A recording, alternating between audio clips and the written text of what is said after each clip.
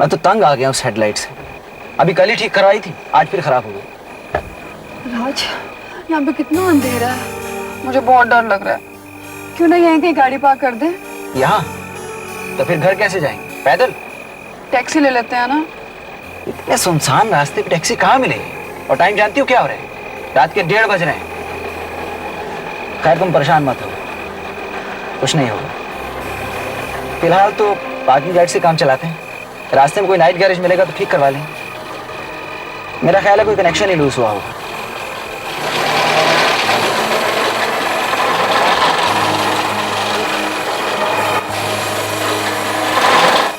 कितना खराब रास्ता है। कुछ दिखाई भी तो नहीं दे रहा। आउच!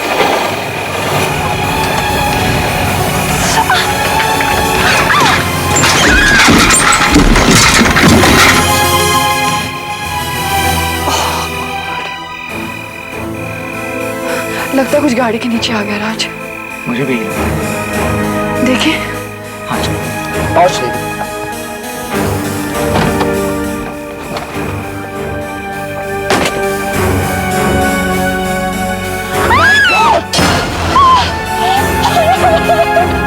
ये कैसे हो गया राज?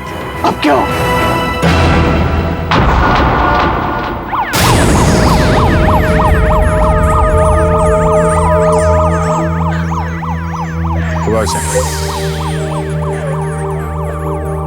बस चलो।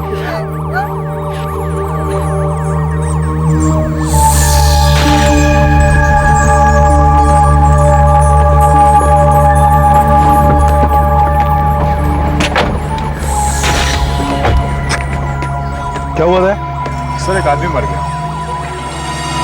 ये बिना हेडलाइट्स की गाड़ी चला रहा था सर, और साइकिल वाले से टकरा गया। इनकी गाड़ी साइकिल के ऊपर से निकल गई सर, और ये सिर के बल गिर गया। इनका इसका सर फट गया और शायद ऑन द स्पॉट मर गया सर।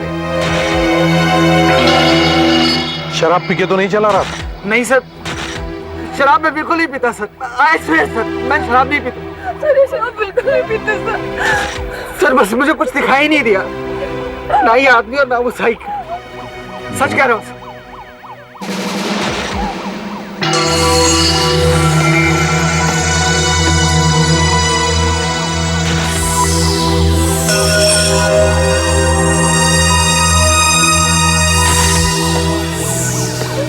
बिना हेडलाइट के गाड़ी चलाते हो?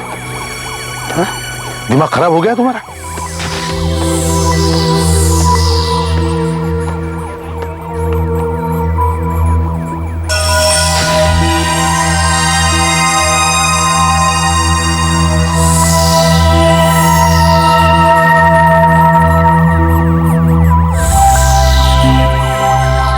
तुम्हारी लापरवाही की वजह से एक आदमी की जान चली गई।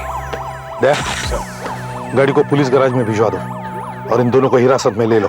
नहीं सर, सुनिए सर,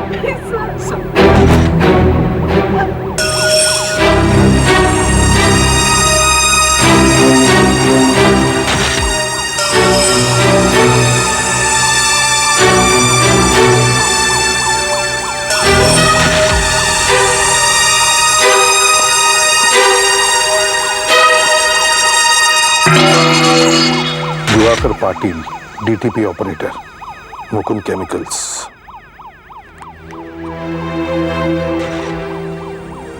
(15) मीनाक्षी कॉटेज, पाटोले गांव।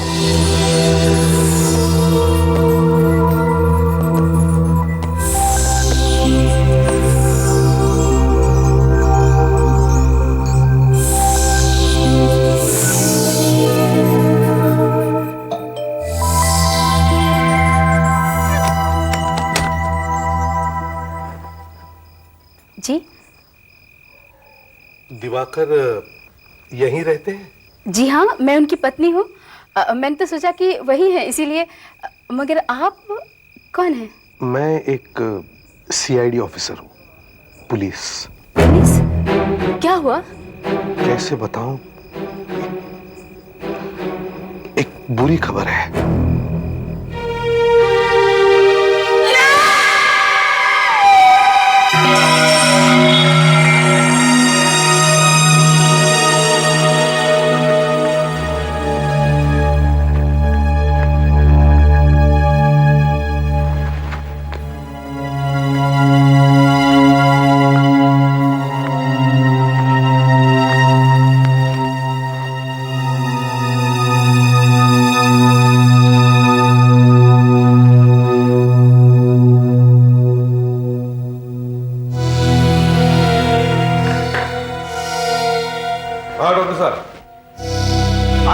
साहब, वो रात के एक्सीडेंट वाले केस में थोड़ी गड़बड़ है।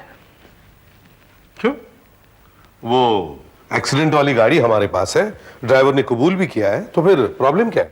प्रॉब्लम है एसीपी साहब, प्रॉब्लम है टाइम ऑफ डेथ, यानी कि साइकिल सवार की मौत कितने बजे हुई।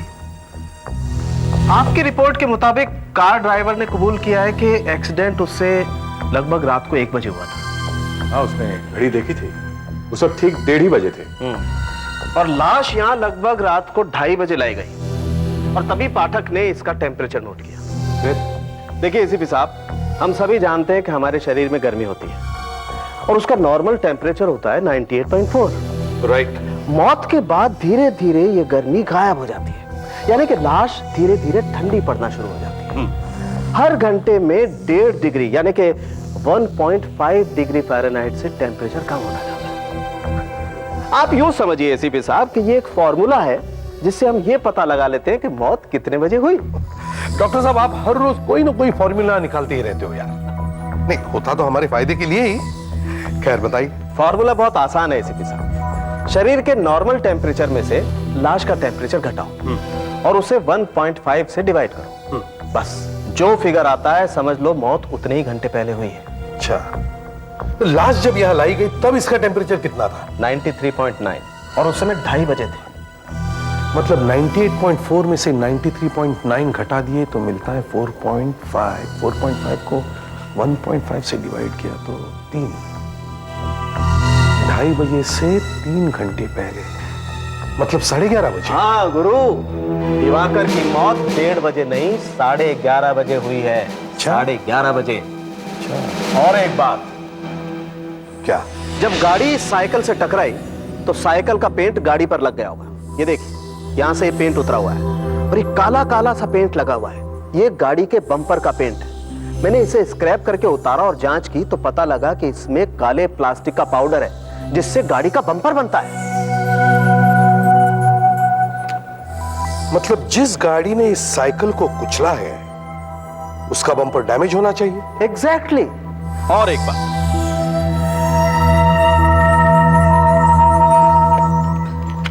ये देखिए, ये वो कांच के टुकड़े हैं जो हमें एक्सीडेंट की जगह से मिले थे। अब ये साइकिल के तो हो नहीं सकते हैं, तो जाहिर है गाड़ी के ही होंगे। जांच करने से पता चला कि ऐसा कांच गाड़ी की हेडलाइट में लगता है। यानी जो गाड़ी इस साइकिल से टकराई है उसकी कम से कम एक हेडलाइट तो टूटी हुई होगी। वही तो। ओह, अब मैं समझा कि आप इतने परेशान क्यों हैं। इस गाड़ी की दोनों हेडलाइट सलामत है और बम्पर प्लास्टिक के नहीं बल्कि पुराने जमाने के मेटल के हैं, लोहे के। बिल्कुल। और एक बात, अगर ये गाड़ी साइकिल से टकराई होती तो इसमें कहीं कोई खरोंच तो होती, लेकिन इसमें बिल्कुल खरोंच का निशान है। एक बात और, जो गाड़ी उस आदमी के पैर से गुजरी ये उस टायर के निशान है, मगर ये इस गाड़ी के टायर के निशान से बिल्कुल नहीं मिलते। एसीपी साहब, मौत इस गाड़ी से नहीं हुई है। इसका मतलब है इस साइकिल को किसी और गाड़ी ने टक्कर मारी है।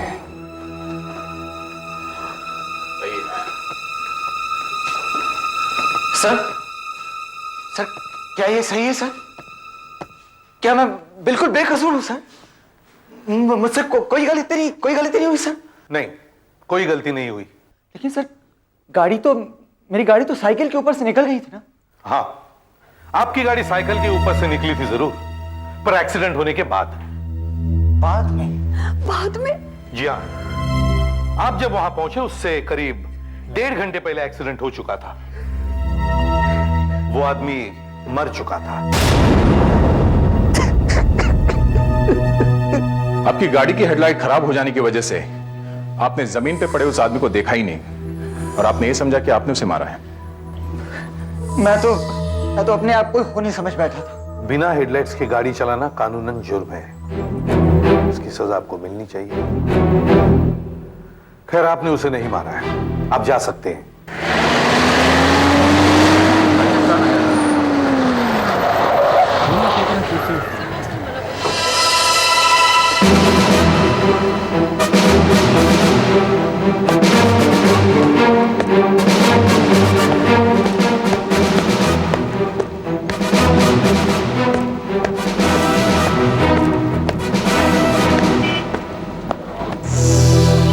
ये देखिए डॉक्टर साहब, बॉडी यहां मिली, गाड़ी के नीचे पड़ी थी।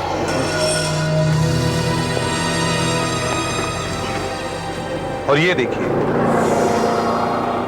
ये उसकी साइकिल ऐसे पड़ी थी।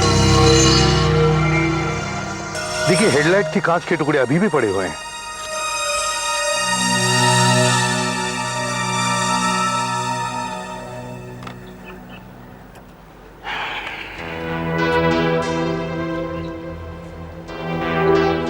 इस तरफ पाटोले गांव है, जहां वो रहता था।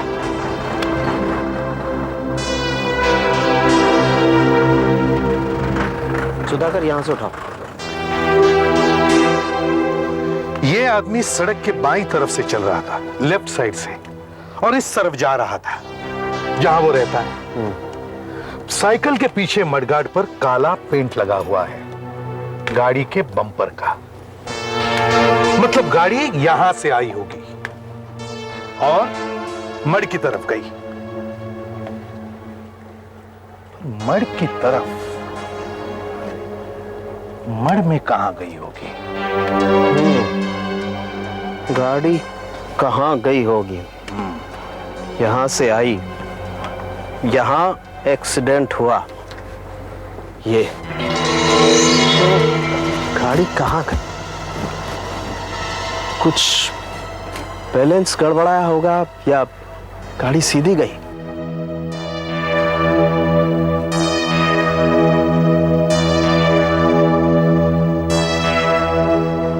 ये एसीपी साहब यहां आइए, ये देखिए, ये झाड़ियां देख रहे हैं आप, ये टूटी हुई हैं। इसका मतलब उसका बैलेंस गड़बड़ाया, गाड़ी यहां से गई। ये देखिए, ये यहां भी ये पत्ते टूटे हुए हैं। इसका मतलब एक्सीडेंट होने के बाद उसका बैलेंस गड़बड़ाया होगा और वो झाड़ियों की तरफ आया होगा, यहां पर ये, और झाड़ियों को कुचलता हुआ आया होगा। उसकी स्पीड बहुत तेज होगी, उसने जोर से स्टीयरिंग व्हील घुमाया होगा यहां पर, यहां। इसका मतलब यहां कुछ ना कुछ हुआ होगा इसके साथ, यहां कुछ ना कुछ हुआ होगा। इसके पर देखो,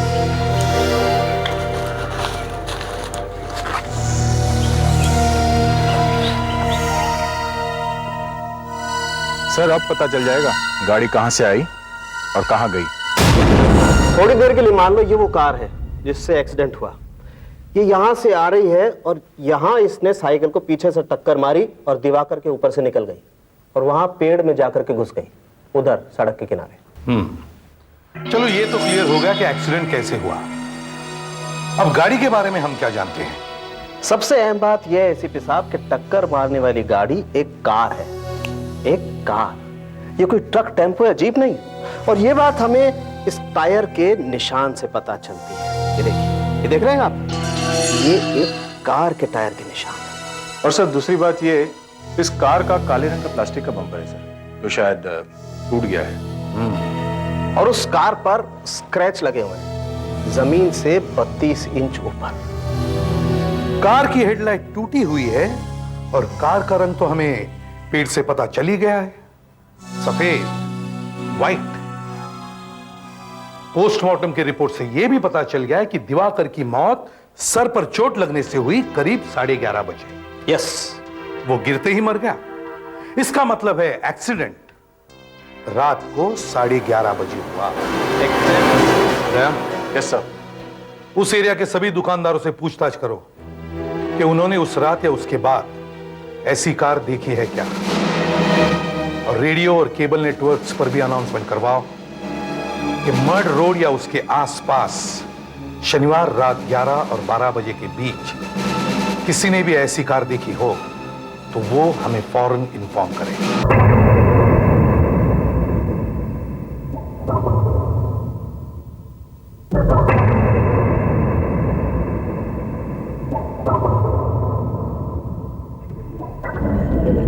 बम्पर पे स्क्रैच है साहब, हेडलाइट भी फूटी हुई है। अरे बाप रे, ये तो बम्पर पूरा उखड़ गया साहब।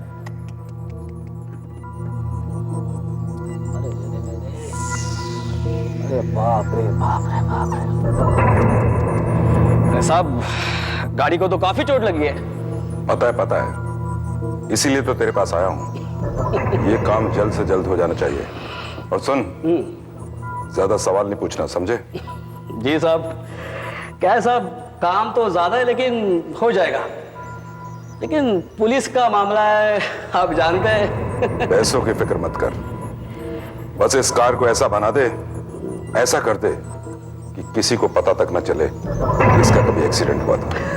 अरे साहब, आप फिक्र ही छोड़ दो, ऐसी चकाचक बना दूंगा ना, किसी को कुछ पता नहीं चलेगा, कुछ भी नहीं।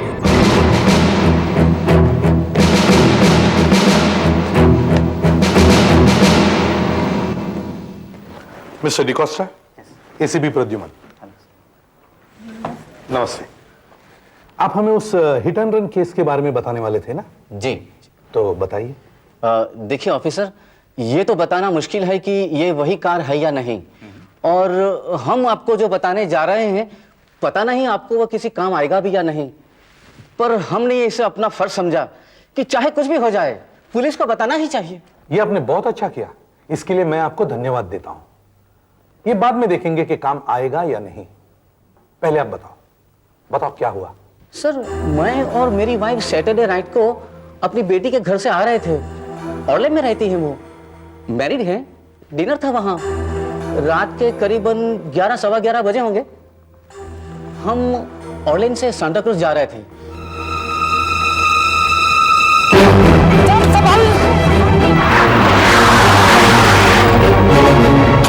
अरे ये कोई तरीका है क्या गाड़ी चलाने का? लेफ्ट और राइट में फर्क दिखता है क्या? नहीं, यू इडियट, दिमाग भी नहीं दिया। जाने दो जान, जाने दो। तुम चुप रहो, गाड़ी चलाने की तमीज नहीं है। अभी एक्सीडेंट होता था, बाहर निकलो जरा गाड़ी से। ए बुड्ढे, बैलगाड़ी चला, बैलगाड़ी कहाँ से चला दे लेक्चर देने के लिए। उसके गाड़ी चलाने के ढंग से ही लग रहा था कि वो जरूर एक्सीडेंट करने वाला। और आपने कहा कि रात के 11 सवा 11 बजे थे, और ये सब वही हुआ ऑर्लिम रोड पे? जी हाँ, मगर 11:20 या 11:25 होगा, इससे ज्यादा तो नहीं होगा। दया, सिटी मैप लेकर आना। अब हम मैप पर देखेंगे कि वो लोग आपको कहां मिले और एक्सीडेंट कहां हुआ। हाँ दया, जाओ।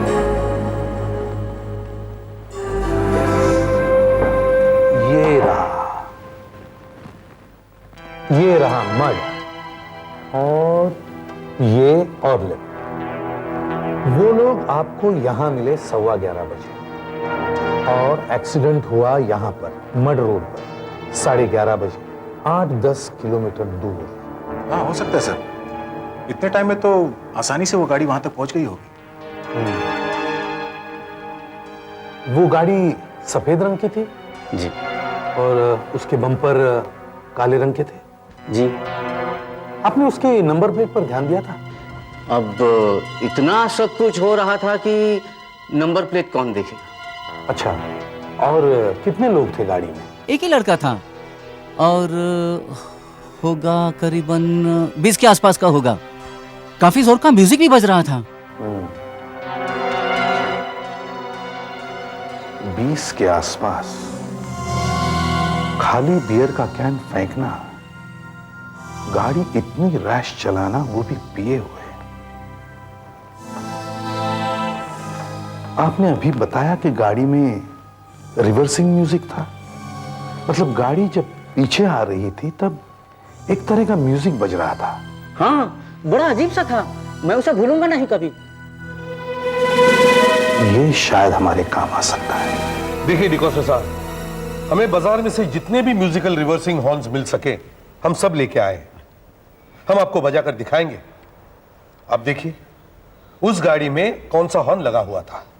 देखता हूँ साहब, ट्राई करता हूँ। गुड, सुधाकर बजाओ। नहीं नहीं नहीं नहीं साहब, ये नहीं है साहब। सुधाकर बंद करो, दूसरा लगाओ।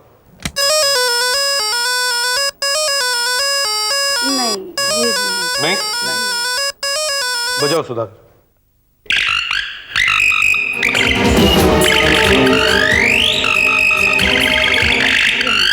बिल्कुल यही था। श्योर? 100% श्योर। सर अब हमें पता चल चुका है कि उस कार में एक रिवर्सिंग हॉर्न लगा हुआ है और उसकी धुन कौन सी है। अब तो हमें पता लगाने में आसानी होगी सर कि वो कार कौन सी है। हाँ, पर ऐसा हॉर्न तो हर छोटी बड़ी दुकानों में मिलता है और फिर बेचने वाला कस्टमर्स के नाम पता थोड़ी लिखकर रखता है। एक बात और है दया,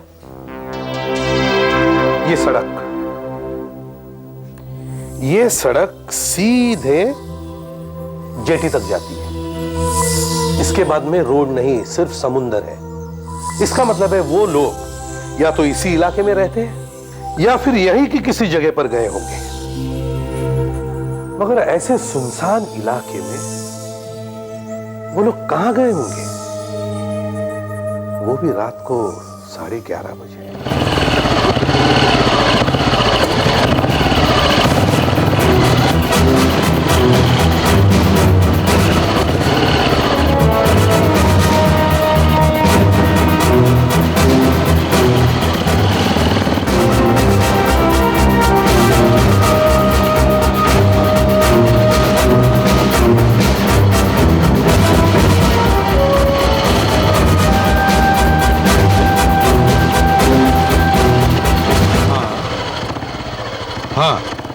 ओके, हाँ हाँ दया। सर जेटी से लेकर यहाँ तक मैंने सब घर चेक कर लिया। बस सिर्फ 2 जगह पे वो सफेद रंग की कार है और दोनों में वो रिवर्सिंग म्यूजिक नहीं है सर। अच्छा तो एक काम करो, दोनों गाड़ियों का नंबर ले लो, डॉक्टर सालुंखे को दे दो और उनसे कहो कि अपने आदमियों से वो गाड़ियां चेक करवाए। और बाकी के बंगले? सर यहाँ 7-8 बंगले ऐसे हैं जहाँ टीवी सीरियल की शूटिंग होती है और शनिवार को यहाँ सिर्फ 3 जगह पे शूटिंग चालू थी सर, पर वहाँ पर ना सफेद रंग की कार कोई आई ना गई। चलो ठीक है। Okay sir. बोलो सुधाकर।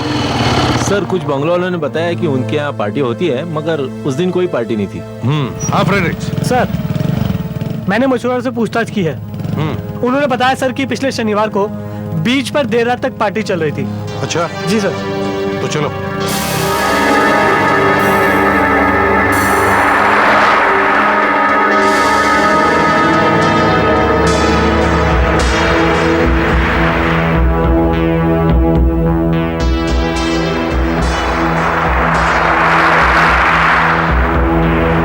नमस्ते साहब।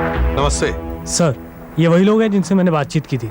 अच्छा बताओ। हम पास के गांव में रहते साहब। शनिवार को यहाँ पार्टी हुआ था। अच्छा कब शुरू हुई और कितने देर तक थी? यही कोई रात के 8-9 बजे तक सब इधर आ गए थे साहब, और बहुत लोग तो जेटी से आए थे। पार्टी रात भर चलता रहा साहब। कैसे लोग आए थे पार्टी में? सब छोकरा लोग थे साहब, यही कोई 20-22 साल के। खूब पार्टी चला साहब, नाच गाना हुआ, गाना बजाना हुआ और ये सुबह तक चलता ही रहा साहब। जब वो लोग थक गए तो चले गए यहाँ से। कितने लोग आए थे पार्टी में? बहुत लोग थे साहब, यही कोई 100। और क्या क्या हुआ था? साहब वैसे ही जैसे बड़े लोग की पार्टी में होता है। All night beach party. अच्छा सर 1 मिनट। हाँ दया।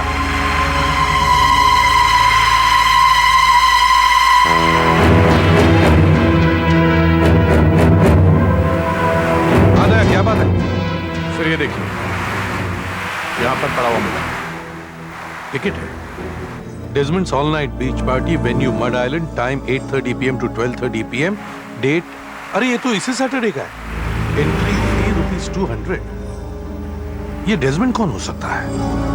सर इसने बीच पार्टी रखने के लिए लोकल पुलिस स्टेशन से परमिशन तो ली होगी, हम वहीं से पता कर सकते हैं। और सर ये देखिए, टिकट पर प्रिंटर का नाम भी है, स्वस्तिक प्रिंटर्स। स्वस्तिक प्रिंटर्स कार। एसीपी साहब मैंने वो दोनों कारें अच्छी तरह से चेक करवा ली जो हमें मड के बंगलों में मिली थी। उनमें तो एक्सीडेंट जैसा कुछ है ही नहीं।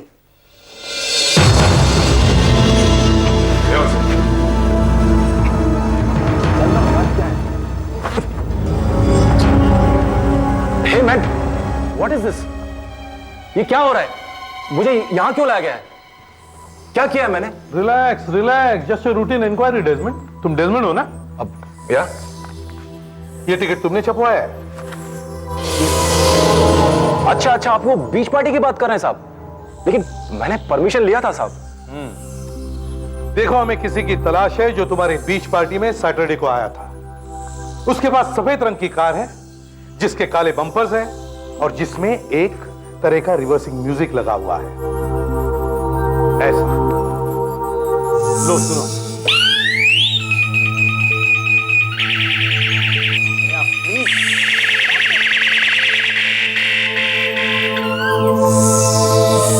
अब साहब कौन कैसी गाड़ी चलाता है मैं कैसे बता सकता हूँ साहब आपको? देखो, हमारे लिए यह पता करना बहुत जरूरी है कि तुम्हारी पार्टी में कौन कौन आता है, समझे? आप बात को समझने की कोशिश कीजिए साहब। मैं सिर्फ पार्टियां ऑर्गेनाइज करता हूँ, खाना अरेंज करता हूँ, म्यूजिक अरेंज करता हूँ, टिकटें छपवाता हूँ, बेचता हूँ, पर वहां कौन कौन आता है मैं आपको ये सब कैसे बता सकता हूँ? क्यों? तुम किस किस को टिकटें बेचते हो तुम्हें मालूम नहीं? नहीं साहब, जिसके पास 200 रुपए होते हैं वो टिकट खरीद लेता है। कहाँ बेचते हो अपनी टिकटें? वो बैंड्रा के ब्लू ऑयस्टर क्लब में साहब। वहां बहुत सारे लोग अपने टिकट का इंतजार करते हैं साहब। Blue oyster club?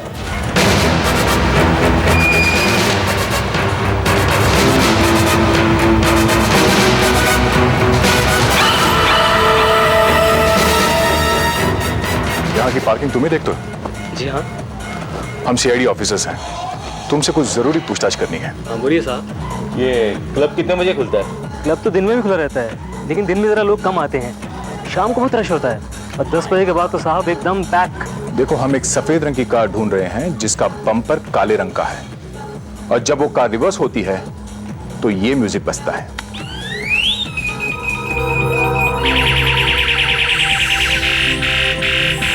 कुछ याद आया तुम्हें? ऐसी कार है किसी के पास जो यहाँ आता है या फिर यहाँ का मेंबर है? सर ऐसा तो कुछ ध्यान में नहीं आ रहा, क्योंकि यहाँ पर तो बहुत सी गाड़ियाँ आती रहती हैं। आज तो सिर्फ 3 ही सफेद कारें हैं।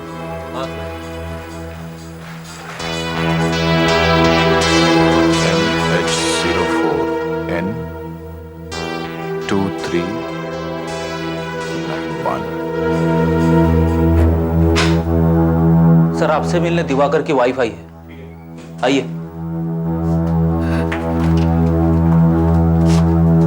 साहब कुछ पता चला? इतने दिन हो गए। जी नहीं, अभी तक तो कुछ पता नहीं चला, पर हम जल्दी उस कार को ढूंढ लेंगे। मेरे आदमी दिन रात उसी काम में लगे हुए हैं। क्लब बंद होने का टाइम हो गया सर, और काफी कम कारें बची है अब तो। अब इस समय और कौन आएगा सर? 4 दिन में सिर्फ 8 कारें ही हमारे मतलब की है। उनमें से पता नहीं हमारे काम का कोई निकलता भी है या नहीं।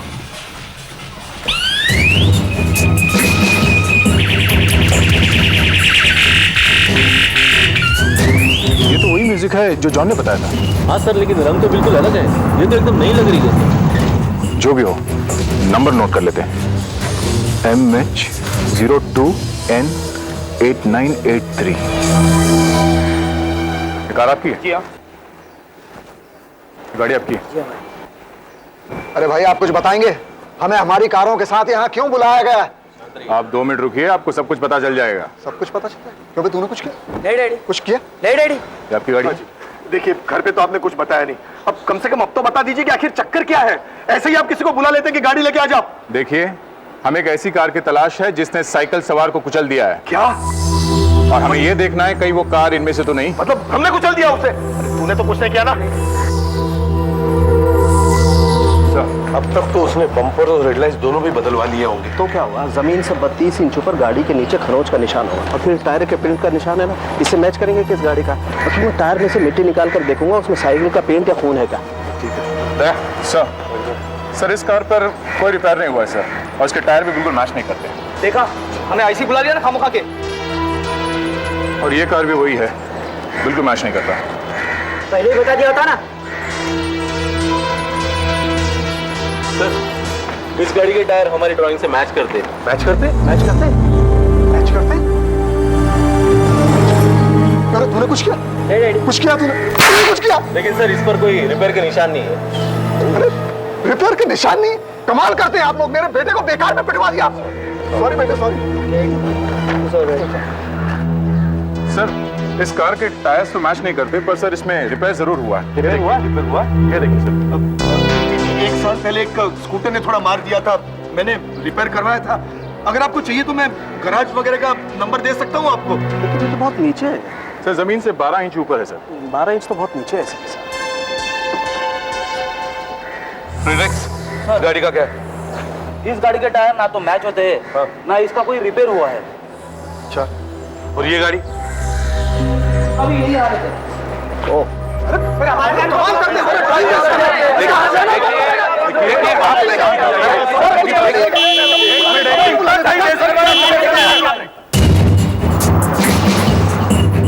सर यही वो गाड़ी है जिसके बारे में मैं आपसे बात कर रहा था। अच्छा, मैं यही सोच रहा था ये गाड़ी अभी तक आई क्यों नहीं। सर इसका रंग अलग है पर उसका रिवर्सिंग म्यूजिक वही है सर। वही है?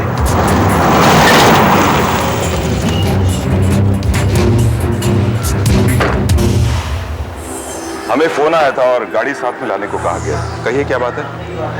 एक्सीडेंट की छानबीन चल रही है। एक्सीडेंट? जी हाँ। तो देखिए इंस्पेक्टर, ये कार से कोई एक्सीडेंट हुआ नहीं है, आपको जरूर कोई गलतफहमी हुई है। ये मेरे फादर है mister Vipin Chaudhary, Avalon textiles के मालिक। देखिए आपके फादर क्या है इससे हमें कोई मतलब नहीं, हमें सिर्फ आपकी गाड़ी से मतलब है।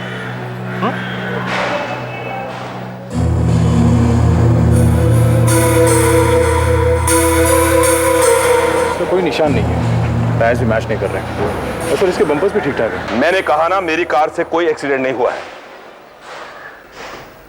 क्या मैं गाड़ी के पेपर्स देख सकता हूँ? पेपर्स? या आपने जल्दी में बुलाया इसलिए भूल गया। अच्छा, कोई बात नहीं। गाड़ी कब की है? 1996। 1996? अच्छा, बहुत अच्छे। कहीं अपनी गाड़ी को पेंट तो नहीं करवाया पिछले हफ्ते? कहीं ये पहले सफेद तो नहीं थी? कहीं आपने इसके बम्पर्स और टायर्स चेंज तो नहीं करे? व्हाट नॉनसेंस इंस्पेक्टर, हमारी गाड़ी हमेशा से इसी रंग की थी, हमने इसे कभी पेंट नहीं करवाई। ऑफिसर आप खामखा हमारा वक्त बर्बाद कर रहे हैं। मेरी गाड़ी हमेशा टिप टॉप रहती है, बस यही तो मैं कह रहा हूं कि 3 साल पुरानी गाड़ी और इतनी टिप टॉप कैसे? एक भी स्क्रैच नहीं? चली है कितनी? 17,570। और एक भी निशान नहीं? सरप्राइजिंग। हम इसे बहुत कम चलाते हैं, हमारे पास और भी कारें हैं। अच्छा डॉक्टर साहब, गाड़ी ऊपर चढ़ा कर देखते हैं। बिल्कुल। दड़वी, ये आप क्या कर रहे हैं? देखिए हमारी बात पर यकीन कीजिए। देखिए ये कार का एक्सीडेंट नहीं हुआ, प्लीज यकीन कीजिए हमारी बातों पर।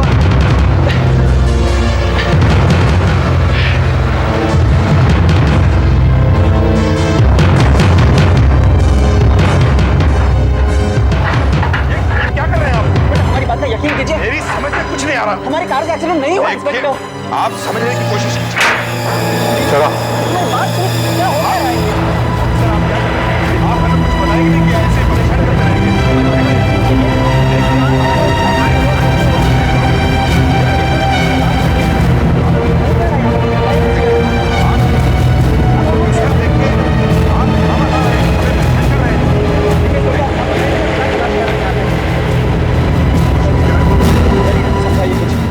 आप हमारी बातों पर यकीन कीजिए। समझ में तो आया हमें। ये कार एक्सीडेंट हुआ। आप क्या साबित करना चाहते हैं? प्लीज बात कीजिए हमारी। देखिए ऑफिसर, देखिए लेडी प्लीज समझाइए। हमारा टाइम बहुत कीमती है। देखिए इंस्पेक्टर, हमारी बातों को यकीन कीजिए, आपको कोई गलतफहमी हुई है। ये देखिए एसीपी साहब, आप हमें बताएंगे? ये वैसी झाड़ी का टुकड़ा है जो एक्सीडेंट की जगह पर थी। जी हाँ। प्लीज समझाइए, एक्सीडेंट हुआ नहीं है।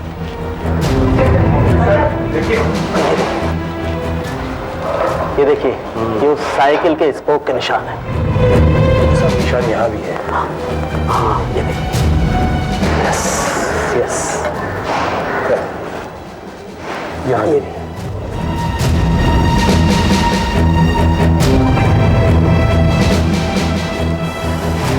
देखिए एसीपी साहब, ये साइकिल का पेंट है, ये लगा हुआ। ये देखिए एसीपी साहब, ये भी साइकिल के स्पोक के निशान है। और ये देखिए, ये देखिए, ये साइकिल का पेंट।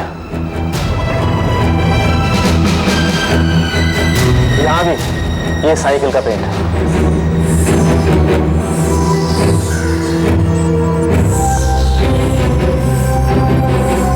देखा आपने, गाड़ी के नीचे साइकिल का काला पेंट लगा हुआ है और स्पोक्स के निशान। देखिए सर, राइट हो दिस साइड सर।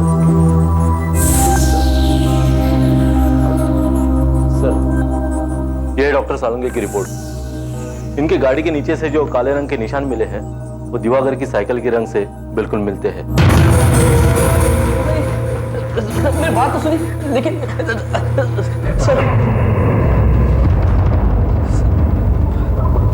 यही है वो मैकेनिक सर जिसने मिस्टर चौधरी के कार पर काम किया था। जी हाँ साहब, मैंने किया था।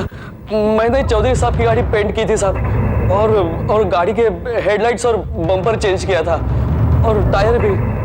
लेकिन ये सब चौधरी साहब के कहने पे किया साहब, मैं बेकसूर हूँ साहब। ये जानते हुए भी कि इस कार का एक्सीडेंट हुआ है और पुलिस को इसकी तलाश है, तुमने इस कार को पूरी तरह से बदल दिया और फिर भी कहते हो तुम बेकसूर हो। दया, ले जाओ इसे।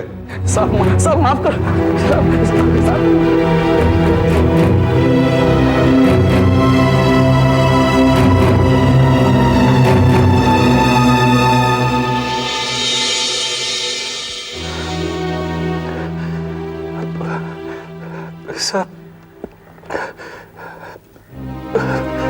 सर मैं मानता हूं सर मैं गाड़ी चला रहा था, अपने कुछ दोस्तों के साथ पार्टी में जा रहा था। पता नहीं वो साइकिल वाला सामने कहां से आ गया। सर मेरी गाड़ी से टकरा कर जब वो गिरा, मैंने गाड़ी रोकी सर। सर उसके पास गया मैं, लेकिन सर वो मर चुका था। मैं बहुत डर गया था सर, मैं बहुत डर गया था। गाड़ी लेके वहां से भाग गया। सर मेरा विश्वास कीजिए, वो साइकिल वाला सामने कहां से आ गया मुझे बिल्कुल पता नहीं चला सर। हाँ, नशे में पता चलता भी कैसे है। प्लीज एसीपी साहब, अगले हफ्ते मेरा बेटा अमेरिका जा रहा है डॉक्टरी पढ़ने। ये बहुत अच्छा लड़का है सर। अगर आज आप इसे गिरफ्तार कर लेंगे तो इसकी जिंदगी बर्बाद हो जाएगी सर। उस आदमी के घर वालों को मैं जितने कहें आप हर्जाना देने को तैयार हूं। हर्जाना तो आपको देना ही पड़ेगा मिस्टर चौधरी, और सजा सिर्फ आपके बेटे को ही नहीं आपको भी होगी। आपने सबूत नष्ट करने में मदद की है। ले जाओ इन्हें। सर प्लीज सर प्लीज बात सुनिए सर प्लीज।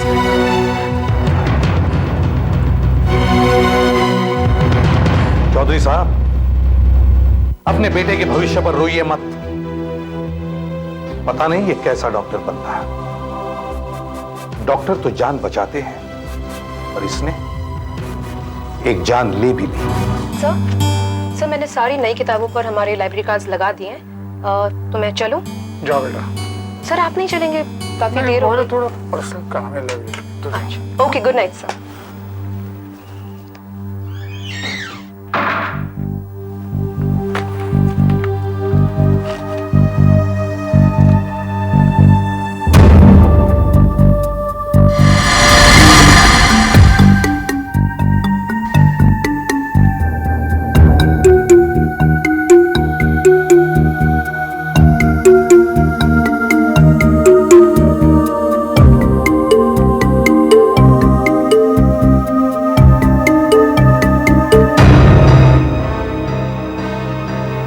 ना 50 लाख रुपए तैयार रखो, पुराने नोटों में।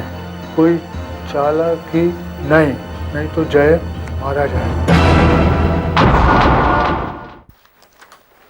नमस्ते, मैं एसीपी प्रद्युमन। प्लीज बैठिए। आप इतनी रात गए मुझे मिलने आए हैं, कुछ खास काम है क्या? जी हाँ, बहुत जरूरी काम है। देखिए, मेरे हाथ एक ऐसी चीज लगी है जिसमें आप ही मुझे मदद कर सकते हैं। कहिए, बात क्या है? मैं माटुंगा में एक छोटी सी लाइब्रेरी चलाता हूँ, यशोधरा लाइब्रेरी के नाम से। अच्छा, तो कुछ हो गया है आपकी लाइब्रेरी में? कल दोपहर मैं लाइब्रेरी में बैठा था और मेरे कस्टमर आए। मुझे लगा ये क्या था? मैं कब से रेनबो मैगजीन ढूंढ रहा था फरवरी इशू की। आप जाकर मिली है तो देखा कि इसके बीच के कुछ पन्ने फटे हुए हैं। आप खुद देख लीजिए।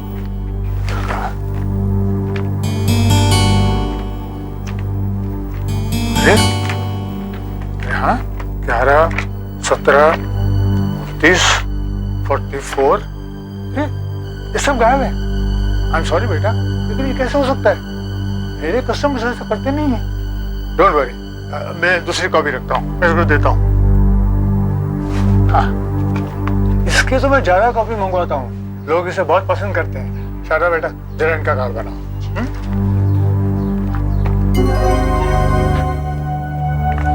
कौन कर सकता है ऐसी बदतमीजी? उस फटी हुई मैगजीन को देखकर मुझे गुस्सा आया। मैंने उन फटे हुए पन्नों को फिर से देखा। अचानक मेरी निगाह कुछ निशानों पर गई जो गोल गोल से थे, जैसे किसी ने ऊपर वाले पेज पर कुछ निशान लगाए हो और वो नीचे आ गए हो। मैंने देखा वैसे निशान मैगजीन के कुछ और पन्नों पर भी थे। मैंने उसी मैगजीन की दूसरी कॉपी ली। उस मैगजीन के ऊपर उस फटी हुई मैगजीन के पन्ने को रखकर देखा।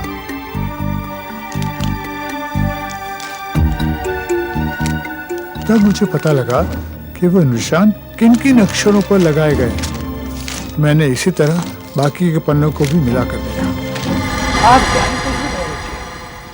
आप कह दीजिए कि बुढ़ा सठिया गया है, मगर मुझे चैन नहीं पड़ा। मेरे दिमाग में घुस गया कि जरूर इसमें कहीं ना कहीं कुछ न कुछ गड़बड़ है। मैंने उन अक्षरों को जोड़कर ही दम लिया। सारा दिल लगा दिया मैंने, तब जाकर मैं ये लाइन बना पाया। ये लाइन इसी मैगजीन के काटे हुए अक्षरों से बनी है। खन्ना, 50 लाख रुपए तैयार रखो, सिर्फ पुराने नोट। अगर कोई चालाकी की तो जय मारा जाएगा। Ransom note? मैगजीन से अक्षर काटकर रैंसम नोट बना है। अक्सर अपहरण करने वाले फोन करने से या अपने आप लिखने से डरते हैं। वो जानते हैं इससे पुलिस उन्हें पकड़ सकती है। लेकिन जगनलाल जी, इन अक्षरों से कोई और लाइन भी तो बन सकती थी। यही लाइन क्यों? मैंने हर तरह से अक्षरों को लगाने की कोशिश की एसपी साहब, लेकिन इसके सिवा कुछ नहीं बनता। अच्छा दया, यही वो मैगजीन है ना जिसमें से रैंसम नोट बनाया गया था? नहीं, वो नहीं, ये है सब।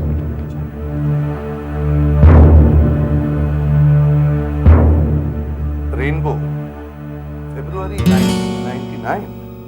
मैगजीन इसी महीने की है। रैंसम नोट इसी में से बनाया गया है। इसका मतलब है अपहरण भी इसी महीने हुआ है। दया सर, सारे रिकॉर्ड्स चेक करो और पता लगाओ कि पिछले 2 महीनों में किसी जय खन्ना नाम के आदमी के गायब होने की रिपोर्ट पुलिस में लिखवाई गई है क्या? Yes sir. और जगनलाल जी, आप मुझे ये बताइए, ये मैगजीन कौन कौन ले गया था? हाँ साहब, मैं लिस्ट लाया हूँ ना। बताइए जी। 5 फरवरी से 14 फरवरी तक अरुण पटनायक। अरुण पटनायक। उसके बाद 14 से 18 फरवरी। 14 से 18 फरवरी मिसेस ठाकुर। ठाकुर। 19 तारीख को हमारे पास थी। और 20 से 23 सागर। 20 से 23 फरवरी सागर। फिर 24 से 27 कुंदन कुमार, मतलब कल तक। आज 28 फरवरी है। देखिए,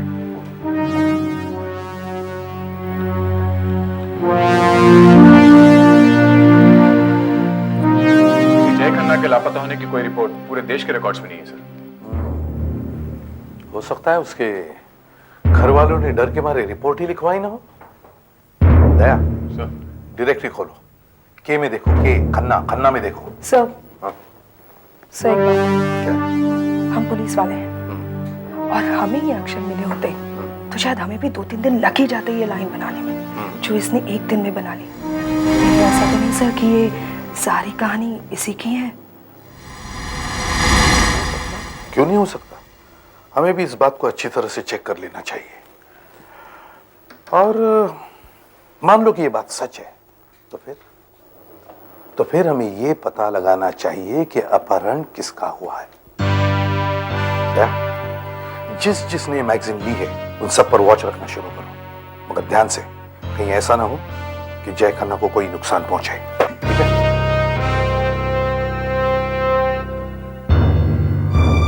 जगनलाल जी, आज महीने का आखिरी दिन है। वो लोग मेंबरशिप के पैसे भरने के लिए कब आते हैं? वसीम साहब, कल फर्स्ट है, ज्यादातर मेंबर पहली तारीख को पैसे देने के लिए आते हैं। अच्छा, तुम कल सारा दिन लाइब्रेरी में रहो और जो लोग आते हैं उन सब पर निगाह रहो। Yes sir. हाँ दया। सर, इस डायरेक्ट में तो 300 खन्ना है। अच्छा, ठीक है। डायरेक्टरी में जितना भी खन्ना है उन सब के घर पर फोन करो और जय खन्ना के बारे में पूछताछ करो। मगर याद रखो, तुम जय खन्ना के बचपन के दोस्त हो। ओके? Yes sir. आशा, ये कुंदन साहब है। और कुंदन साहब, ये आशा है। मैंने कहा था ना, मेरी एक भतीजी बेंगलोर में नौकरी करती है, उसकी सहेली है। ये कुछ दिन यहाँ नौकरी करना चाहती है। मैंने कहा भाई ठीक है, मैं बुढ़ा होने चला हूँ, अब ये मदद मिल जाएगी मुझे। अंकल, आप बिल्कुल परेशान ना हो, मैं सब संभाल लूंगी। कुंदन जी, मैं आपसे कुछ पूछ सकती हूँ? ये देखिए, ये मैगजीन आप हमसे ले गए थे 24 तारीख से 27 तारीख तक। इसके कुछ पन्ने गायब हैं, फटे हुए हैं। फटे हुए? आपका मतलब है कि मैंने फाड़े? मुझे क्या मिलेगा मैगजीन फाड़ कर? हाँ नहीं, मैंने ये तो नहीं कहा ना कि आपने फाड़े हैं। हो सकता है आपके घर में किसी ने, आपका कोई फैमिली मेंबर, कोई मेहमान या कोई नौकर। देखिए आशा जी, मैं अकेला रहता हूँ और मेरे घर पे कोई नौकर भी नहीं है, और ये पन्ने मैंने नहीं फाड़े। एक मिनट, हाँ मुझे याद आया, ये मैगजीन जब मेरे पास आई थी इसके पन्ने पहले से ही फटे हुए थे। लेकिन आपने पहले नहीं बताया। अब आपने बात की तो मुझे याद आया, मगर इसके पन्ने फटे हुए ही थे। कोई बात नहीं, आपसे पहले जो मैगजीन ले गए थे हम उनसे पूछेंगे। ये पेजेस मैंने नहीं फाड़े, और फिर किसी से ऐसा पूछना नहीं, समझे? Sorry sir, sorry. अब बचे हैं पटनायक, मिसेस ठाकुर और सागर। मैडम, पटनायक सर ने मुझे भेजा है। ये मेंबरशिप की फीस दी उन्होंने। ओह नो, वो खुद नहीं आ सके? नहीं। चलो मैं। Thank you. Okay okay, sorry. आ गया एनी लक? सर, हम कम से कम 150 फोन कॉल कर चुके हैं और 2 जय खन्ना मिले भी। फिर एक 55 साल का है जो अमेरिका में रहता है, उसका नाम है जयेश खन्ना, और दूसरा अजय खन्ना जो 2 साल पहले कार के एक्सीडेंट में मारा गया था। और कोई जय खन्ना नहीं मिला। नहीं नहीं दया, कोशिश करते रहो, कोशिश करते रहो। Keep on trying Fredericks. क्या बात है? देख रहा हूँ सर। देखो नहीं, I want result, result. 51224849। Hello, जय खन्ना है? अभी तक मिसेस ठाकुर सागर नहीं आए, हो सकता है शायद आज आए नहीं। हमें उनका कल तक इंतजार करना होगा। जगनलाल जी, हमारा हर पल कीमती है। वो अगर आज नहीं आए तो हमें उनके घर जाना पड़ेगा। आइए मिसेस ठाकुर, आइए। मुझे जरा आने में देर होगी। ये लीजिए आपकी फीस। मिसेस ठाकुर। अरे, लगता है आप यहाँ नहीं आई हैं। हाँ, मेरी भतीजी की दोस्त है, कुछ दिन यहाँ ही काम करेंगे। अच्छा अच्छा। मिसेस ठाकुर, आपसे कुछ पूछना था। ये मैगजीन आप हमसे 14 तारीख से 18 तारीख तक ले गई थी। आपने जब ये लौटाई तो इसके पन्ने कुछ गायब हो गए। ये कैसे हो सकता है? मैंने तो कोई पन्ने नहीं फाड़े। हो सकता है आपके घर में किसी ने फाड़े हो। नहीं नहीं, मेरे घर में कोई ऐसा नहीं है जो ये काम करेगा।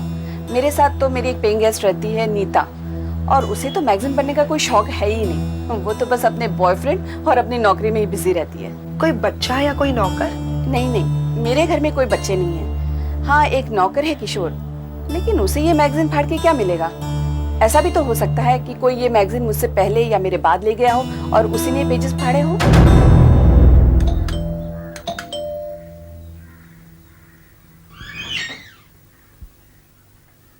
हेलो मिस्टर सागर, मैं यशोधरा लाइब्रेरी से आई हूँ।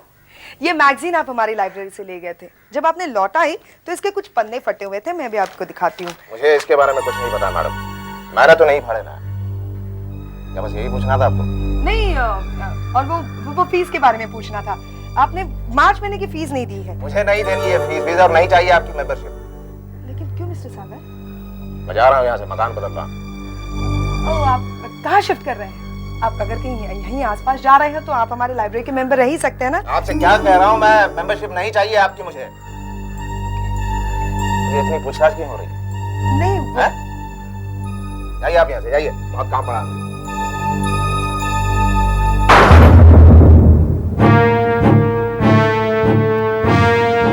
जब मैं लाइब्रेरी से लाया था मैं पता नहीं कहाँ रखकर इसे भूल गया था, मुझे मिली ही नहीं। और जब मुझे वापस मिली फौरन मैंने इसे लाइब्रेरी को लौटा दिया था। मैंने इसे खोलकर ही नहीं देखा, पढ़ना तो दूर की बात है।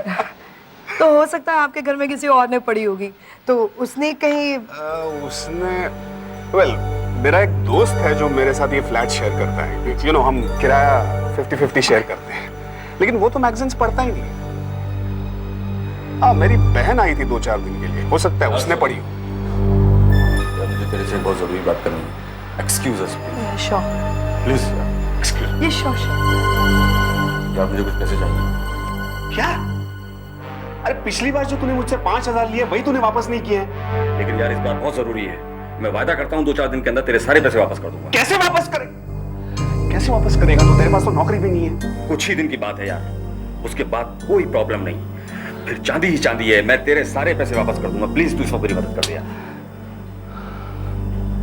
अच्छा रुक, मैं तुझे एक चेक कट कर देता हूँ। रुक यहीं रुक।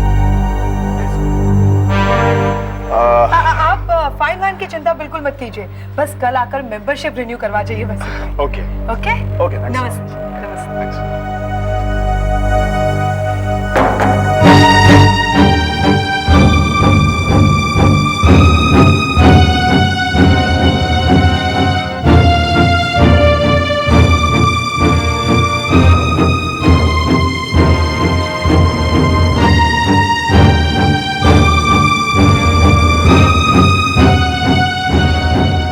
फ्रेडरिक सुधाकर, पटनायक और उसके दोस्त पर कड़ी नजर रखो, खास तौर से उसके दोस्त पर। वो कहाँ जाता है, क्या करता है, किससे मिलता है, सब पता लगाओ। मैं थोड़े दिनों के लिए अपना घर बदल रही हूँ। क्यों, कोई खतरा है क्या? नहीं, मैं मिसेस ठाकुर के घर पे रहने जा रही हूँ, पेइंग गेस्ट बनकर।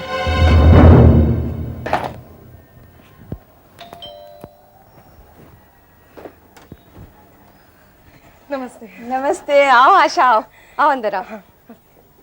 ला मैंने ना कोई बात नहीं, मैं उठा लूंगी। आपका बहुत बहुत शुक्रिया जो आपने अपने घर में मुझे पेइंग गेस्ट रखा। दरअसल मैं जगन्नाथ अंकल पर बोझ नहीं बनना चाहती, इसलिए मैंने सोचा कि कमरा लेकर अलग ही रहूं। वैसे 1-2 महीने में मेरी नई नौकरी लग जाएगी, फिर मैं ऑफिस के पास ही कोई कमरा ले लूंगी। कोई बात नहीं आशा, तुम जब तक चाहो यहाँ रह सकते हो। वो मेरी पेइंग गेस्ट है ना नीता, बस कुछ ही दिनों में उसकी शादी हो जाएगी, फिर वो फौरन चली जाएगी। मैं अकेली यहाँ रह जाऊंगी। देखो बेटा, तुम्हारा कमरा ऊपर है, हाँ चले? ओह बाप रे, तुम्हारा सामान तो बहुत भारी है। मैं किशोर को बुलाती हूँ, रुक जाओ। किशोर किशोर किशोर, ये सामान ऊपर ले जाओ। अरे ओ किशोर, ये मेरा नौकर भी ना पूछो मत, न जाने बिना बताए कहाँ चला जाता है। आजकल रात को घर भी देर से आता है, 2 हफ्ते से देख रही हूँ। पहले तो वैसा नहीं था, पता नहीं उसे आजकल क्या हो गया है। कोई बात नहीं, मैं खुद उठा लूंगी ना। अच्छा रुको रुको, लगता है शायद किशोर आ गया। हाँ? अरे नीता, आकाश, आओ आओ आओ। नीता, ये है आशा, तुम्हारे साथ वाले कमरे में रहेगी। हेलो। और आशा, ये है आकाश, नीता का मंगेतर। इन दोनों की शादी होने वाली है। अच्छा। आकाश बेटा, मेरा एक काम करोगे, जरा आशा के सामान ऊपर पहुंचा दो ना। आज फिर किशोर कहीं गायब हो गया, देखो ना। क्यों नहीं लाइए। सॉरी फॉरन। काफी भारी है। ऊपर? हाँ बेटा, हाँ।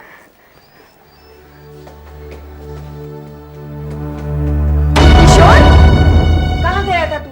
तुझे कितनी बार बोला है मुझे बिना बताए मत जाया कर, तेरे समझ में नहीं आता?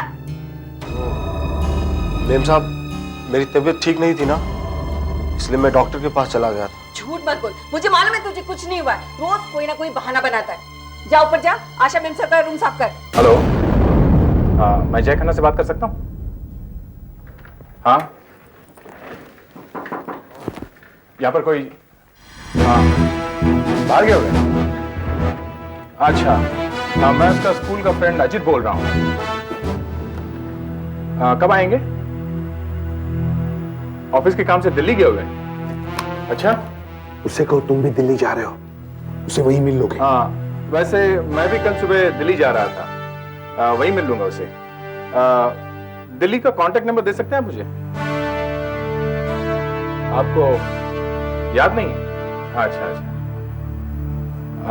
दिल्ली में वो जिस होटल में ठहरा हुआ है उसका नाम बता सकते हैं आप? वो भी याद नहीं?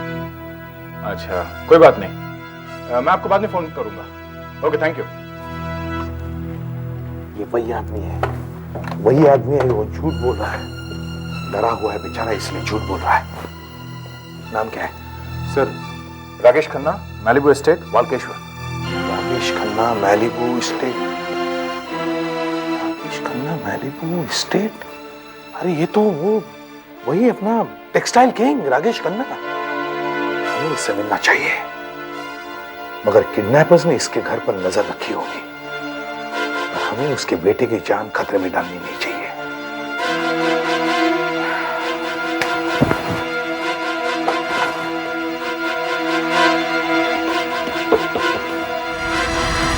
हेलो इलेक्ट्रिसिटी बोर्ड, हाँ मुझे जरा मिस्टर जनार्दन से बात करवाओ जल्दी। हाँ जनार्दन साहब, बॉस एसीपी प्रद्युमन बोल रहा हूं।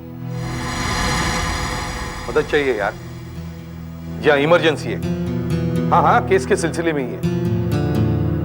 सी मैलिबू एस्टेट वालकेश्वर में आधे घंटे के लिए लाइट बंद करवा सकते हो? Is an emergency please. Great, खोलो जल्दी।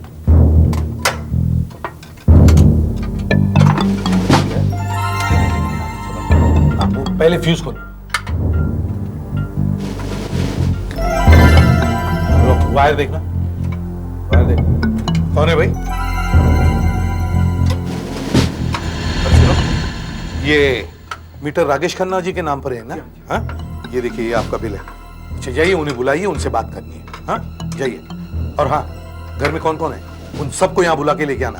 इस बिल पर उनकी दस्तखत लेनी है। ये मीटर का मामला है, जरा प्रॉब्लम है। जाइए। मीटर ठीक करने के लिए सबके साइन लोगे? हाँ भाई जरूरी है, जाइए।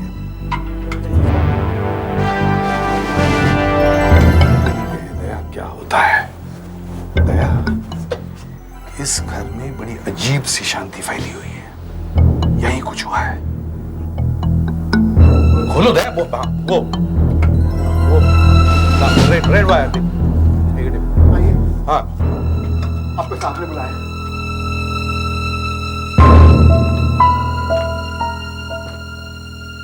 नमस्ते। आप राकेश खन्ना जी हैं? जी। इतनी सी बात के लिए मेरी क्या जरूरत पड़ गई? बताता हूं। तुम जाके बाहर का बड़ा मीटर बॉक्स चेक करो। आप दिखाओ इन्हें, जाइए। आइए आइए। खन्ना साहब, आपकी लाइट अभी आ जाएगी। हम इलेक्ट्रिसिटी बोर्ड से नहीं है, मैं एसीपी प्रद्युमन, सीआईडी। सीआईडी? मुझे आपसे अकेले में बात करनी थी, इसलिए ये सब करना पड़ा। हमें पता चल गया कि आपके बेटे जय का किसी ने अपहरण कर लिया है। हम आपकी मदद करने के लिए आए हैं। पर आपको ये सब कैसे मालूम पड़ा? देखिए, ये सब बताने के लिए मेरे पास वक्त नहीं है। मुझे आप प्लीज डिटेल में बताइए ये सब कब हुआ। देखिए प्लीज मुझे मेरे हाल पे छोड़ दीजिए। मुझे सीआईडी से कोई मदद नहीं चाहिए। पता नहीं आप लोगों को सब कुछ कैसे मालूम पड़ गया। खन्ना साहब, आप इन लोगों को नहीं जानते। हमारा ऐसे लोगों से रोज पाला पड़ता है। देखिए, आपके बेटे को छुड़वाने के लिए हम मदद कर सकते हैं आपकी। मैं आपकी मदद के बिना ही अपने बेटे को छुड़ा लूंगा। मैं पैसे दे चुका हूँ उन्हें। आप कब से मेरी बात टाल रहे हैं? मैं यहाँ रोज आती हूँ, रोज फोन भी करती हूँ, और हर बार आप यही कहते हैं कि जय अब तक आया नहीं। मैंने आपको बताया ना सीमा जी कि वो घर पर नहीं है, वो दिल्ली गया है किसी जरूरी काम से। इतना भी क्या जरूरी काम था जो मुझे बिना बताए चला गया? और आप कह रहे हैं कि आपके पास ना उसका एड्रेस है ना फोन नंबर। और राकेश अंकल कहाँ हैं? वो मुझसे क्यों नहीं मिलना चाहते? ये सब क्या हो रहा है रामू काका? साहब भी घर पर नहीं है। घर पर नहीं है? दया, इस लड़की से हमें कुछ पता चल सकता है। गाड़ी का नंबर नोट कर लो। देखिए, जय मेरा फियांसी है, मेरा मंगेतर। सितंबर में हम दोनों की शादी भी होने वाली है।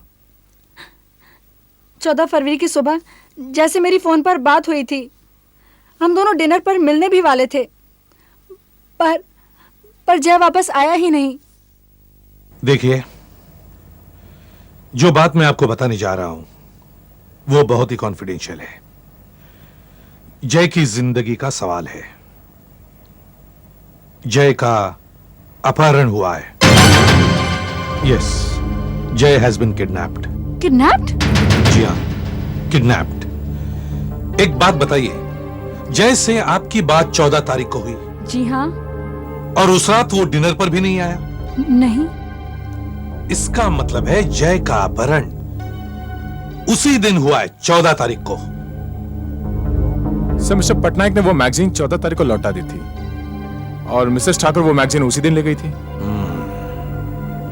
मतलब पटनायक और उसका दोस्त सुधीर, या फिर मिसेस ठाकुर, उनकी पेइंग गेस्ट नीता, या उनका नौकर किशोर, इनमें से ही कोई एक हो सकता है।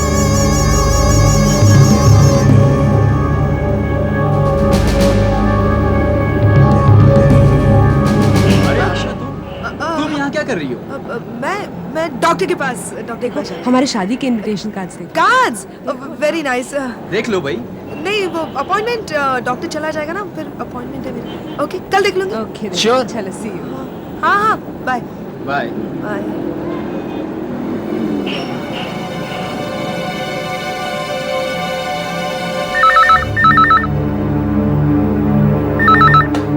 हेलो।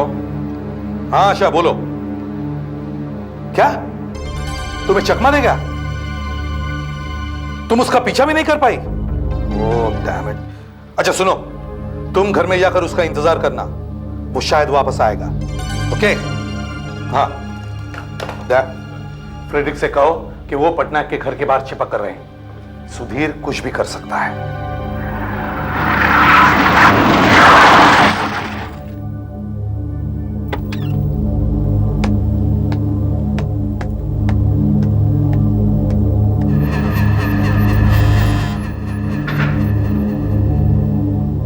ड्राइवर बैग लेकर आ रहा है।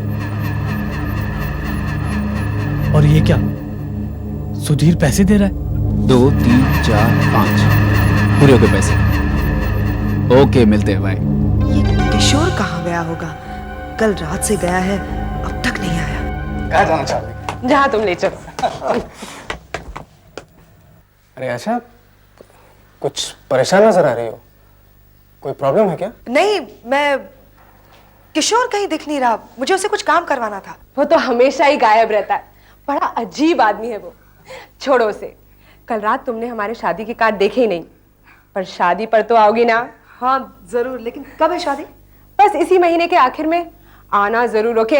हाँ जरूर, लेकिन इतनी जल्दी? भाई मेरी नौकरी लग गई है कनाडा में, बस वहां से कॉन्फर्मेशन मिलते ही मुझे वहां जाकर ज्वाइन करना पड़ेगा। इसलिए मैं सोच रहा था कि अगर हम दोनों की शादी इससे पहले हो जाती है तो हम दोनों कनाडा एक साथ जा पाएंगे, राइट? लेकिन नौकरी के लिए कनाडा जाने की क्या जरूरत है? यहाँ नौकरी की कमी है क्या? देखिए, मैं एक सिविल इंजीनियर हूँ और कनाडा में मेरी लाइन का काम बहुत है, पैसे भी अच्छे दे देते हैं।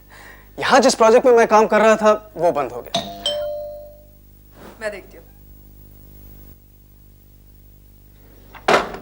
किशोर अब आ रहा है। कहाँ गया था? कल रात से गायब है। मैं मेम साहब कहीं काम में फंस गया था, सॉरी।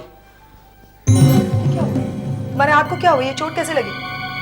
ये वो मेम साहब, मैं आ रहा था तो एक स्कूटर वाला मार के भाग गया। कुछ नहीं, ठीक हो जाएगा मेम साहब। आशा का फोन था। किशोर कल रात से गायब था और आज जब वो घर वापस आया तो उसके हाथ पर खरोंच के निशान थे और अचानक कहीं से उसके पास काफी पैसा भी आया है। सर, सुधाकर ने भी फोन किया था कि सुधीर के पास भी काफी पैसा आ गया है। उसने पटनायक से उधार लिया हुआ सारा पैसा लौटा दिया है सर, और उसके पास नई कार है और अपने नए फ्लैट में शिफ्ट हो गया है। अच्छा, और खन्ना साहब ने अपहरण करने वालों को पूरे पैसे दे दिए। इसका मतलब है इन दोनों में से कोई एक हो सकता है। हेलो। हाँ डॉक्टर साहब, बोलिए। हाँ, लेकिन बात क्या है? अच्छा, आई सी। ठीक है, हम वहां पहुंचते हैं। डॉक्टर सालुंखे का फोन था। बांद्रा खाड़ी में से किसी आदमी की लाश मिली है। उम्र 20 साल के आसपास। नहीं नहीं, हे भगवान, ये क्या हो गया? उसने इसको मार दिया। खाना साहब, बीच में टोकने के लिए मैं माफी चाहता हूं। एक बेटे के मरने का दुख हम सभी लोग समझ सकते हैं, लेकिन एक बात मैं आपको कह सकता हूं, अपहरण करने वालों ने इसे नहीं मारा है। तो फिर आपका बेटा दमे का मरीज था, अस्थमा था उसे। हाँ, तो खाना साहब आइए, चलिए अब थोड़ा आराम कर लीजिए। मोबाइल के रूप में चलिए खाना साहब।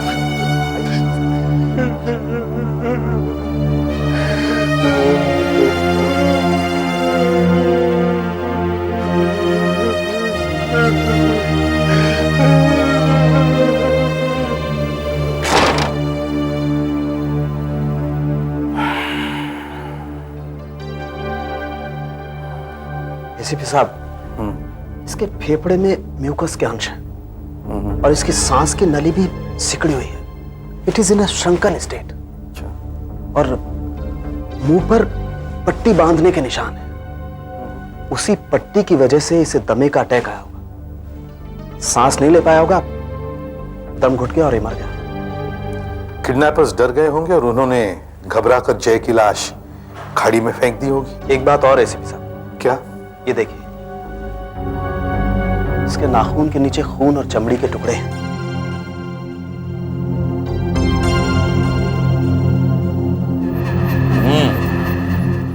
आशा ने बताया भी था कि किशोर के हाथ पर खरोंच के निशान हैं। कहीं ये वही तो नहीं? फॉरेंसिक के जरिए इस स्किन से हमें बहुत कुछ पता चल जाएगा।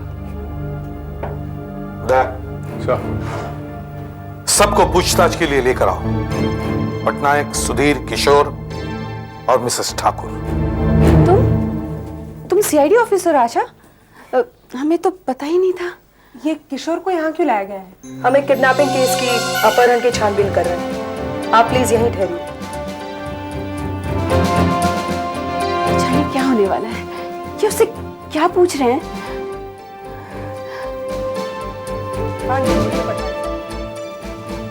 आप एक सीआईडी ऑफिसर हैं, उस दिन आप लाइब्रेरियन बन के क्यों आए? ये आदमी कौन है? और वो देखो, वो ऑफिसर किस तरह से पूछताछ कर रहा है। 1 हफ्ता पहले तो तुम्हारे पास एक पैसा नहीं था। तुम तुम्हारे रूममेट पटनायक के सामने गिड़गिड़ा रहे थे और कल अचानक तुम्हारे पास इतना पैसा आ गया कि तुमने पटनायक के 8,000 रुपए एक साथ लौटा दिए। नई कार भी ले ली, नया फ्लैट भी। ये सारा पैसा कहां से आया? मैं आपसे कह तो रहा हूं कि मुझे सन इलेक्ट्रॉनिक्स में एरिया सेल्स मैनेजर की नौकरी मिल गई है और ये फ्लैट और ये गाड़ी मुझे कंपनी की तरफ से ही मिली है सर। अच्छा, मुझे कुछ एडवांस भी मिला था जिससे मैंने पटनायक के सारे पैसे लौटा दिए। सर मेरा विश्वास कीजिए, मैंने कोई अपहरण नहीं किया सर। सुना है आजकल नौकरी में मन नहीं लगता तुम्हारा, बिना बताए घर से निकल जाते हो, घंटों तक गायब रहते हो और कभी कभी तो रात भर लौटते भी नहीं हो। साफ साफ बताओ, आखिर चक्कर क्या है? नहीं साहब, मैंने कुछ नहीं किया है। तुमने जय खन्ना को किडनैप किया और उसके पिताजी से 50 लाख रुपए मांगे। 50 लाख? हाँ, 50 लाख। अरे साहब, मैंने जिंदगी में 50,000 नहीं देखे। तो फिर तुम्हारे पास अचानक इतने पैसे कहां से आ गए? साहब मैं आपको क्या बताऊं, मुझे जुए की बुरी लत लग गई है। मलाड में एक जगह है स्टार क्लब, मैं वहीं जाता हूं। अच्छा, तो ये पैसे तुमने जुए में जीते हैं? अच्छी कहानी है। अभी पता लगवाते हैं। मैं अपने आदमियों को स्टार क्लब में भेजकर पता लगवाता हूं कि तुम सच बोल रहे हो या नहीं। और ये चोट कैसे लगी? वो एक स्कूटर वाला मार गया। स्कूटर वाले ने या जय ने? आशा, इसे डॉक्टर सालुंकी के पास लेके जाओ और उनसे कहो कि इसके हाथ की चमड़ी का सैंपल और जय के नाखून में फंसी हुई चमड़ी दोनों मैच करके देखें, एक जैसी है या नहीं। Yes sir.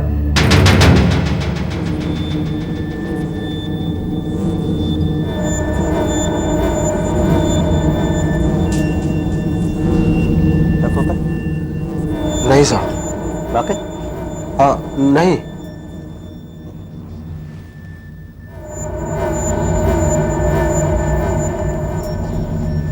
एक माइक्रोस्कोप में मैंने चमड़ी का वो टुकड़ा रखा है जो हमें जय के नाखूनों से मिला था, और दूसरे में ये टुकड़ा रख के देखता हूं।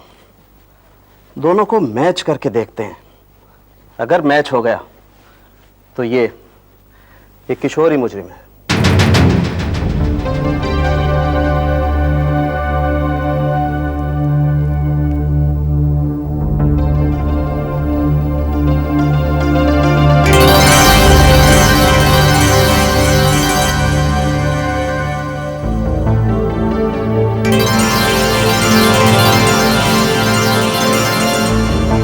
हाँ डॉक्टर साहब।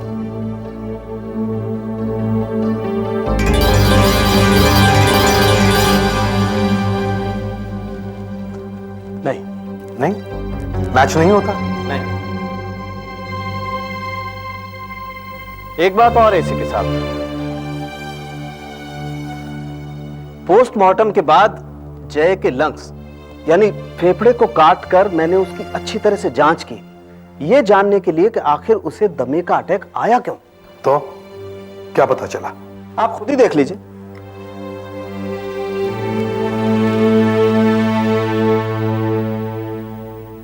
डेड सेल्स के अलावा आपको और क्या दिखाई देता है? कुछ गोल और कुछ आड़े तिरछे कण नजर आ रहे हैं। काफी सारी चीजों से मिलाने के बाद मुझे ये पता लगा एसीपी साहब कि ये सीमेंट और ईंट के कण हैं। सीमेंट और ईंट? जी।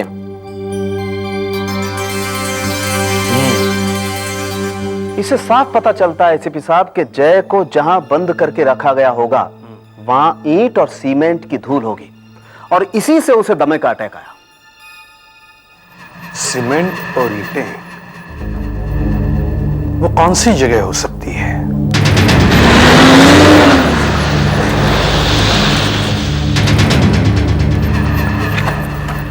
तुम लोग चारों तरफ फैल जाओ, एक एक कोना देखो, एक एक फ्लोर देखो, जरूर यहां कुछ मिलेगा।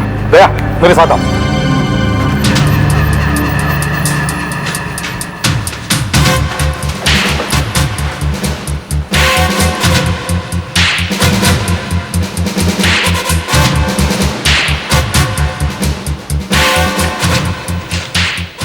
सुधाकर यहाँ।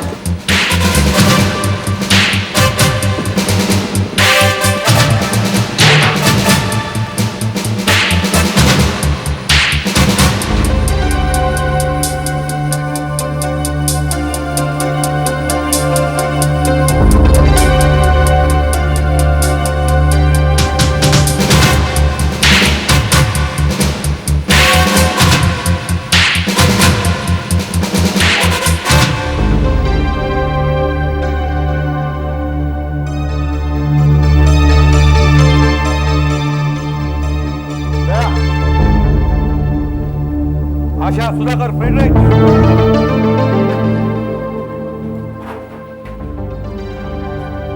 ये देखो, यही वो जगह जहां जय खन्ना को रखा गया होगा। मेरा शक सही निकला है।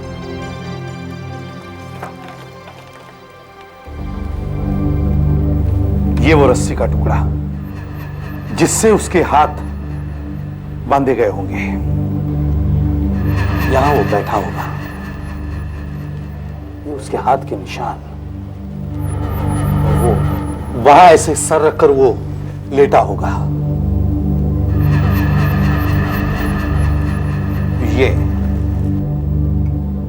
ये वो सीमेंट की गोनी का टुकड़ा जिससे उसका मुंह ऐसे बांधा होगा। दया, ये टुकड़ा डॉक्टर सालुंकी के पास भेज दो और उनसे कहो कि इस पर जो सलाइवा है वो जय खन्ना के सलाइवा से मैच कर लेंगे।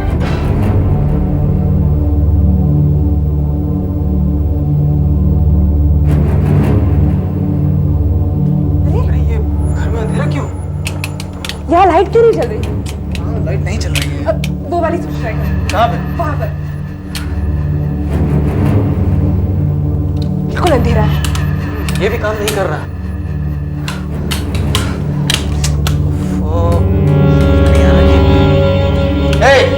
ऊपर कौन है? कौन है वहाँ? तुम घर में कैसे? यहाँ पे कैसे आए तुम लोग? कौन है यहाँ? कौन हो तुम लोग? क्या चाहते हो तुम लोग? कौन हो तुम लोग? पीछे चले जाओ। कौन है आप लोग? क्या चाहते हो आप लोग? आप यहाँ आइए। आशा तुम, ये हो क्या रहा है? आप यहाँ आइए।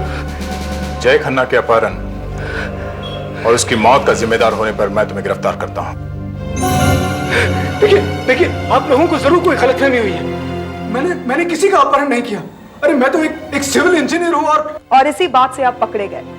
फोरेंसिक एक्सपर्ट की रिपोर्ट से हमें पता चला कि जय खन्ना को जहां रखा गया था वहां रेत, ईंटें, सीमेंट, बजरी ये सब होने चाहिए। ये सब कहाँ हो सकते हैं? एक बिल्डिंग में जो बन रही है। और उस बिल्डिंग का पता हमें मिसेस ठाकुर ने दिया, जहां तुम पहले काम करते थे। तुम अच्छी तरह से जानते थे कि उस बिल्डिंग का काम अब बंद है। बस तुमने जय खन्ना को कैद करके वहीं रखा। नहीं, ये सच नहीं है। ये झूठ है, गलत है।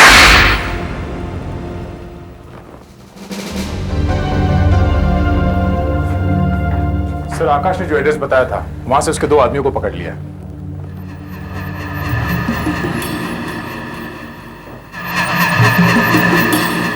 ये जय ने नोचाया ना तुम्हें मरते वक्त? जी हाँ सर। मेरी नौकरी छूट जाने के बाद जब 6 महीने तक मुझे कोई और नौकरी नहीं मिली तो मैंने एक प्लान बनाया सर। फिर हमने एक दिन जय खन्ना का उसके घर से पीछा किया और एक सुनसान जगह पर उसका अपहरण कर लिया सर। हम उसे मारना नहीं चाहते थे सर। हमने तो ये सोचा था कि एक बार पैसा मिल जाएगा तो हम उसे छोड़ देंगे सर। पर वो मर गया। उसे दमे की बीमारी थी। सर मेरी कुछ समझ में नहीं आया कि क्या हुआ। उसका दम घुटने लगा सर। उसे दौरे से आने लगे और इसी दौरे में शायद उसने मित्तल को नोच दिया।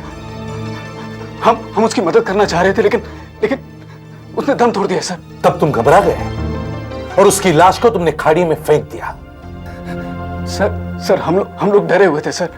और फिर पैसा तो हमारे पास आ चुका था। इसलिए मैंने सोचा कि मैं कनाडा चला जाऊंगा। शायद वहां पर मुझे कोई नहीं पकड़ पाएगा। मगर तुम पकड़े गए। एक समझदार लाइब्रेरियन ने तुम्हें पकड़वा दिया और फांसी के तख्ते तक पहुंचा दिया। CID के और भी मजेदार और सस्पेंस से जुड़े एपिसोड्स को देखने के लिए हमारे चैनल को सब्सक्राइब करें और बेल आइकॉन दबाना ना भूलें।